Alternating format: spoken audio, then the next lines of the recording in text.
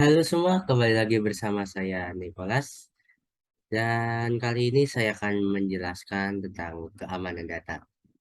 Udah seperti kalian tahu bahwa pencurian atau pemanfaatan data oleh orang yang tidak berhak merupakan suatu kejahatan. Tentunya hal ini tuh sangat merugikan bagi yang menjadi korban dari peretasan tersebut. Untuk serangan terhadap data, ada dua bentuk serangan terhadap data yang disimpan di jaringan komputer, yaitu ada hacking dan juga cracking. Untuk cracking adalah usaha memasuki secara ilegal suatu jaringan dengan maksud mencuri file, data, dan sebagainya. Dan cracking adalah usaha memasuki secara ilegal suatu jaringan dengan maksud menghancurkan file atau data yang disimpan di komputer-komputer yang ada di jaringan tersebut. Untuk pelaku hacking disebut hacker dan juga pelaku cracking disebut cracker. Dan di sini ada beberapa teknik pencurian data. Oke, untuk yang pertama ada eavesdropping. Eavesdropping adalah tindakan melakukan intersepsi secara real time yang tidak diotorisasi terhadap komunikasi pribadi, seperti telepon, pesan instan, video conference, atau email, dan sebagainya.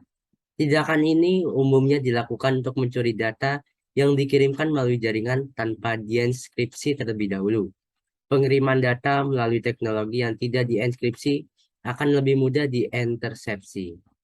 Untuk selanjutnya ada snooping. Snooping adalah tindakan mengakses data dari orang lain tanpa otorisasi seperti halnya eavesdropping. Namun, snooping tidak terbatas pada usaha mengakses data pada saat data tersebut dikirimkan. Snooping dapat saja dilakukan dengan cara mengintip email orang lain pada saat ditampilkan ke monitor atau mengamati seseorang ketika mengetik suatu di keyboard. Cara yang lain lebih canggih adalah menggunakan perangkat lunak untuk mengintip apa yang ditampilkan di monitor korban dan tempat lain. Untuk selanjutnya ada spoofing. Spoofing adalah tindakan menyusup ke jaringan di internet dengan cara memasukkan IP address kemudian melakukan serangan ke jaringan yang dimasuki. Cara ini biasa dilakukan oleh hacker atau cracker untuk mengecoh firewall dari jaringan yang menjadi target. Firewall biasanya digunakan sebagai penjaga agar paket-paket data yang dicurigai masuk ke jaringan dapat dicegah. Selanjutnya ada email spoofing. Email spoofing adalah teknik penipuan yang dilakukan dengan cara memasukkan email header sehingga seolah-olah email tersebut berasal dari seorang dan bukan datang dari pengirim sebenarnya. Teknik ini sering dilakukan oleh para pelaku spam agar email menarik penerima untuk membukanya serta kemudian memberikan respons. Selanjutnya ada phishing. Phishing merupakan teknik penipuan untuk mendapatkan data penting korban dengan cara menggunakan halaman web palsu. Korban biasanya diarahkan dengan teknik yang panjang melalui satu rekayasa sosial. Biasanya, pelaku sering mengincar data akun untuk login ke jejaringan sosial seperti Facebook, email, bank online, akun di marketplace, dan sebagainya. Farming sama sepertinya dengan phishing, yaitu dengan mengarahkan calon korban memberikan data pentingnya di halaman web palsu. Perbedaannya dengan phishing yaitu bagaimana cara membawa calon korban ke halaman web palsu tersebut. Pada saat phishing, korban diarahkan ke halaman web palsu dengan membuat suatu rekayasa sosial. Sedangkan pada farming, korban diarahkan ke halaman web palsu dengan cara membajak DNS atau Domain Name Service dari halaman web yang dipalsukan. Untuk selanjutnya ada beberapa teknologi keamanan data. Untuk selanjutnya adalah firewall. Firewall adalah perangkat yang digunakan untuk membentengi suatu jaringan komputer.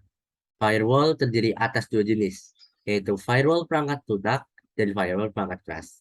Untuk firewall perangkat lunak, firewall ini bekerja dengan cara melarang semua aktivitas dari alamat IP yang sudah didefinisikan.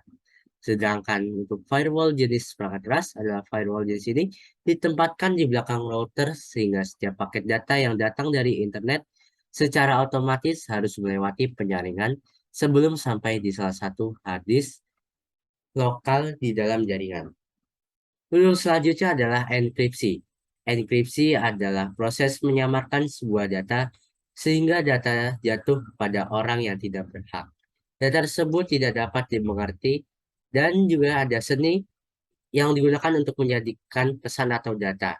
Untuk seni untuk menyandikan pesan atau data disebut kriptografi. Demikian penjelasan tentang keamanan data.